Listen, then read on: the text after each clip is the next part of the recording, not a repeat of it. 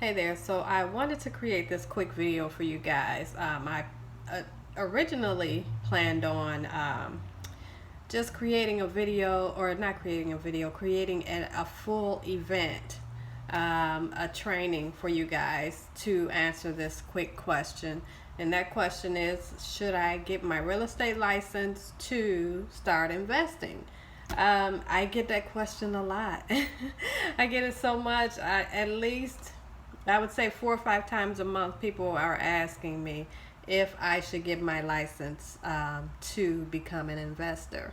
So I decided to just put together a quick video instead of a full training because it's really not that much. There's a few pros and a few cons, but in the end, it's totally up to you. So, for those of you that don't know me, I know we have a lot of new members in my group, and I'm also sharing this elsewhere. So wherever you're seeing this video, if you don't know me, I'm Knifey Burks. I am a Chicagoland realtor. I've been licensed for about 18 years, helping people buy and sell homes and invest in properties. I am also a social media strategist. So you may see things from me from both sides, but today's video is all about real estate investing and knowing whether you should get your license to start investing. So I'm going to give you 2 pros and 2 cons, and we're going to start with the pros. We're going to start with the good things. So one good thing of actually getting your license is that you'll have access to every single listing within your state. Well, I'm in Illinois, so we have access to all listings in Illinois, some in Indiana on the border, and some in Wisconsin. So you'll have access to every single listing in your, well, I was just saying within your state, immediately as soon as it's entered in the system. A lot of times, if you're an investor and you're waiting on a list from the bank, or you're waiting on a list from a realtor, or you're waiting on a realtor to set up your automated search, or if you're searching on Zillow or Trulia or other places, that's taking too much time, or either you're seeing the properties not immediately. So you're kind of losing time. A lot of times if a property is priced correctly, then that property gets immediate showings right away. I've recently listed a few properties. Guys, I'm making tea because my voice is kind of going out. I've recently listed a few properties, and within 48 hours, 24 or 48 hours, we were under contract with multiple bids. And that's because they were priced right. So if something is listed in the MLS and it's priced right, if you are already a realtor, you'll have access to those listings. So you'll be able to get in within the hour to see that property and to immediately make your offer as an investor if you want to make that offer. So that's one pro. Another pro is the commission. So I had this question specifically from someone in my group, Female Investors Academy, and it's not really hard to explain, but there's like different layers to it. So I'm going to try to explain it to you guys as easily as possible without confusing you. So as a realtor, of course, you'll receive a commission. As a realtor and an investor, when you buy or sell your own homes, you will receive a commission as well. Even though it's your own property, you'll still receive a commission. When I bought both of my homes, I received commissions on both of those homes. I'm about to sell this home that I'm in, and I will receive a commission from that home. But as an investor, even whatever property you buy or sell, if you're the listing agent or the selling agent, you will receive a commission for it. The thing that's a little bit tough to explain is the actual amounts, and I really can't get into it too much because I'm sure it's some type of regulation, but I'm just gonna say this. I'm just going to throw out an example. If you join a broker and that broker is paying 100% commission, if you sell a listing and it's listed in the system that you will get 2.5% of whatever the sales price is. So if that house is $200,000, take 2.5% of whatever that sales price is, and that's your commission. So that's how you figure out commission.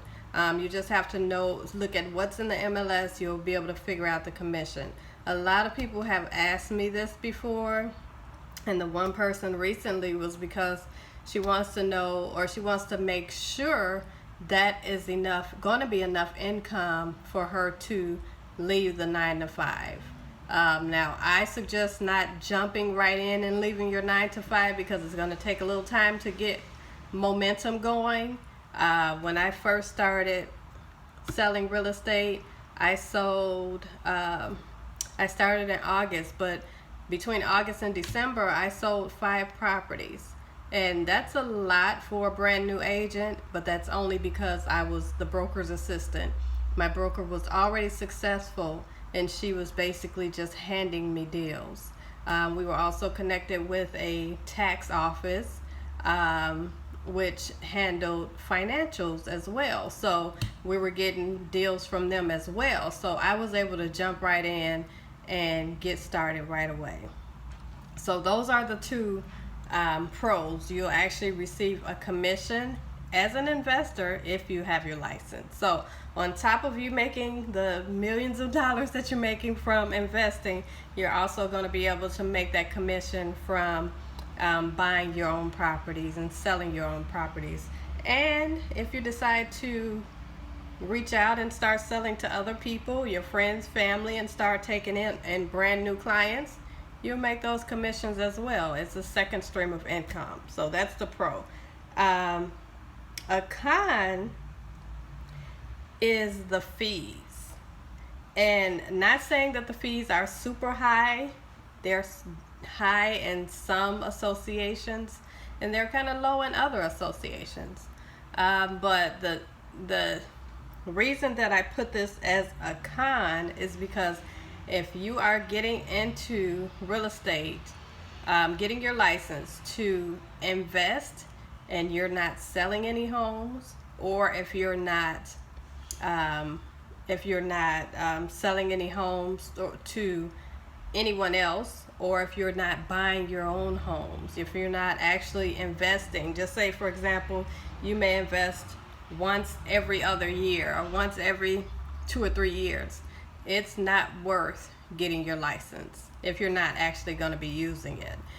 So if you're not making any sales to anyone else, or if you're not making sales yourself, I suggest if you're not making sales to someone else, if you're not buying an investment property at least once or twice a year, it's not worth getting your license, because you will have to pay those real estate fees, those annual fees.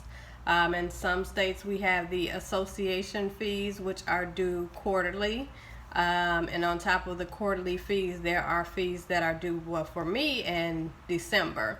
There are other associations that they're due a little bit differently, and the annual fees are a bit higher than the normal quarterly fees. So that's a con. Another con is when you get your license, and this is me, guys, you get your license for purposes of investing in real estate, but you don't actually invest in real estate. I got my license in 2000. I immediately bought my home. I got my license for 2 reasons. One reason was to help my broker because she was overwhelmed, and then the other reason was for me to begin investing in my own properties. I didn't invest in a property until 2013. Of course, I had my own property, but I didn't do any type of investing until 2013. So from 2000 till 2013, I actually helped everyone else buy, sell, and invest, but I didn't help myself.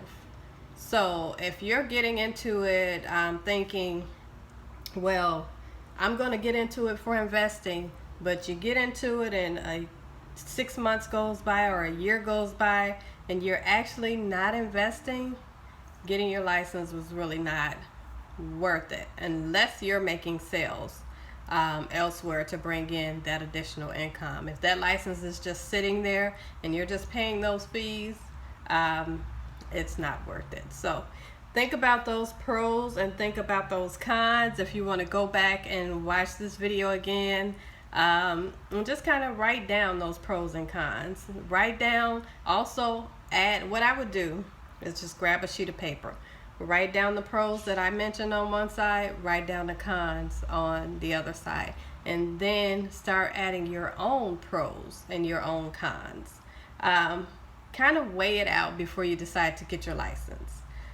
For me, it was a no-brainer because I was already working in a real estate office since 1998 for a broker. When I saw her getting super busy and overwhelmed and she asked me to get my license, it was just like off the top, yes, because I already wanted to be a real estate investor, not only from working there for her, but from growing up wanting to be an investor. So I thought that that would really help me by getting my license. So definitely make sure you weigh out the pros and weigh out the cons before you just jump in and decide to get your license, because so many realtors don't even last a year. So many realtors don't even last 2 years. You don't want to waste your time. You don't want to waste your money if it's not right for you or if it's not totally necessary for investing. So comment below, let me know if you have any questions, and if you have any questions that you want to ask outside of here, just go ahead and DM me or PM me. We're on Facebook. But go ahead and PM me and I will answer any of the questions that you have. All right, talk to you soon.